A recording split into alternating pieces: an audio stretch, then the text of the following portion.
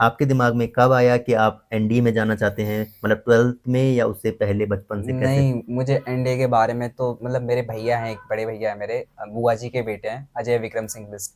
वो उन्होंने एनडीए निकाला है और वो अभी फ्लाइंग ऑफिसर हैं। वो उनकी पोस्टिंग अभी आसाम में है। हुँ। तो मुझे उसके बारे में, एनडीए के बारे में वहीं से इनिशियली मुझे वहीं से पता चला है कि एनडीए नाम की भी कुछ चीज़ होती है, तुम आर्म फोर्स ज्वाइन कर सकते हो एज अ ऑफिसर। जय हिंद एवरीवन।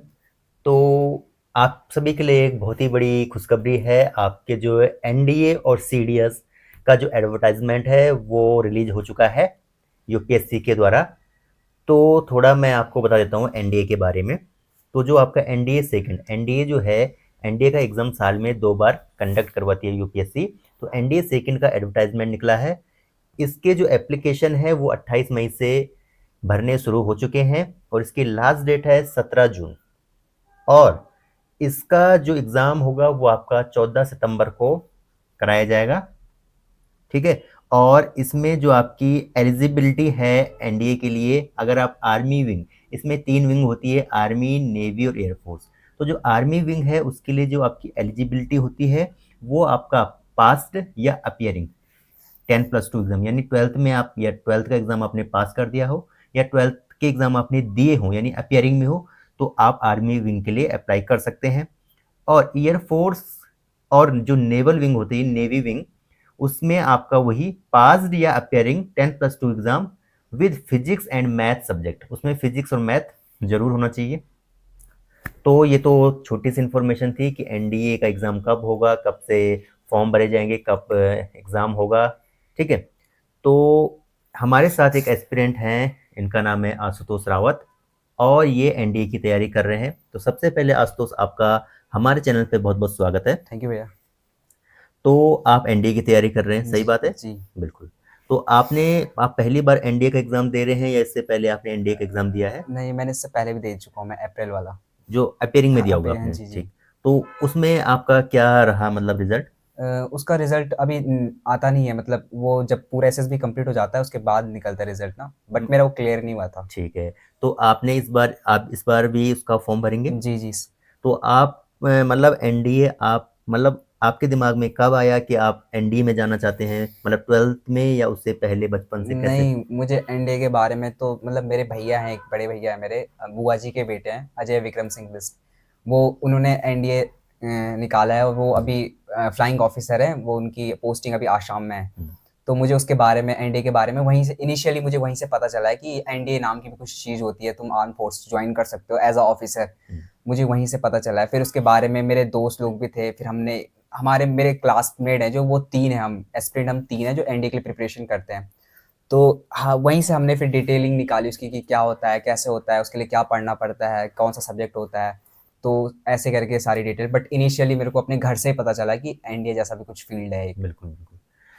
तो आप इस बार फॉर्म भरेंगे। जी। तो आपने इसके लिए जो तैयारी है वो यूट्यूब से करी या कोई कोचिंग सेंटर ज्वाइन किया है या कोई कोर्स परचेज किया है? मैंने कोर्स परचेज किया है हम्म। ऑनलाइन, पीडब्ल्यू फिजिक्स वाला से फिजिक्स किया है वाला। मैंने। जी।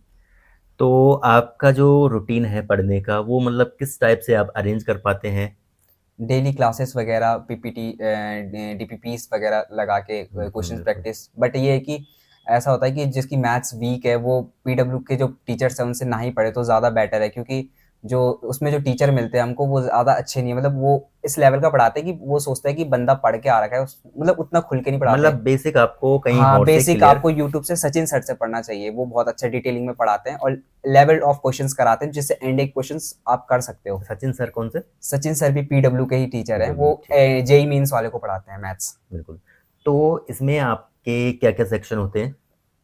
हमारा मैथ्स होता है उसमें, जो आपका और 300 मार्क्स का होता 300 है। नंबर की मैथ्स होती है, ठीक। 120 क्वेश्चन होते हैं। बिल्कुल। और जीएटी होती है 600 नंबर की, हम्म। जिसमें अकेली 200 नंबर की आपकी ये हो गई इंग्लिश हो जाती है।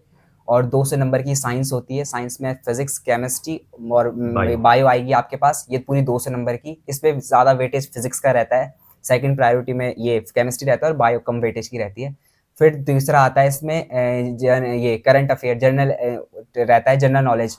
तो करंट अफेयर में ही ये पॉलिटिकल साइंस दे देते हैं, ज्योग्राफी दे देते हैं और हिस्ट्री दे देते हैं, और करंट अफेयर इसी में मिक्स रहता है। और इसमें सबसे ज़्यादा वेटेज रहता है ज्योग्राफी का, जो 100 नंबर की आती है अकेली। फिर सेकंड प्रायोरिटी में हिस्ट्री को रखते हैं, ऐसे करके। तो जो एग्ज़ाम का लेवल होता है, आपने एक बार दे दे चुके हैं आप इस एग्ज़ाम को, तो एग्ज़ाम का लेवल क्या रहता है? मैं बताऊँ तो मतलब ऐसा रहता है कि अगर मैथ्स में ऐसा रहता है 120 क्वेश्चन रहते हैं। मतलब उसमें ऐसा रहता है कि टफ बहुत है क्वेश्चंस, पर उसमें ऐसे बहुत सारे क्वेश्चन हैं जो मतलब हो जाते हैं, मतलब ईज़ी होते हैं, ज़्यादा टफ नहीं होते हैं, जिससे बंदा अपना कट ऑफ निकाल लेगा, मतलब कट ऑफ क्लियर कर लेगा। ऐसा रहता है कि तुम्हें 100 नंबर, मतलब ऐसा होता है 300 नंबर का पेपर है मैथ्स का, तो उसमें 25% चाहिए होता है, तो यानी 75 नंबर। पर कभी-कभी थोड़ा पेपर अगर ईज़ी बन गया तो कट ऑफ थोड़ा आगे चली जाती 80। पर ये है कि अगर तुम्हें सेफ ज़ोन में रहना है तो तुम मैथ्स में कम से कम 100 नंबर ला के रखो अपने हाँ, और पास। सेफ ज़ोन की बात आप कर रहे हैं, तो लगभग कितना सेफ स्कोर होना चाहिए? अगर होल की बात करूँ, पूरे हो होल अराउंड की बात करूँ, तो रिटर्न होता है 900 नंबर का।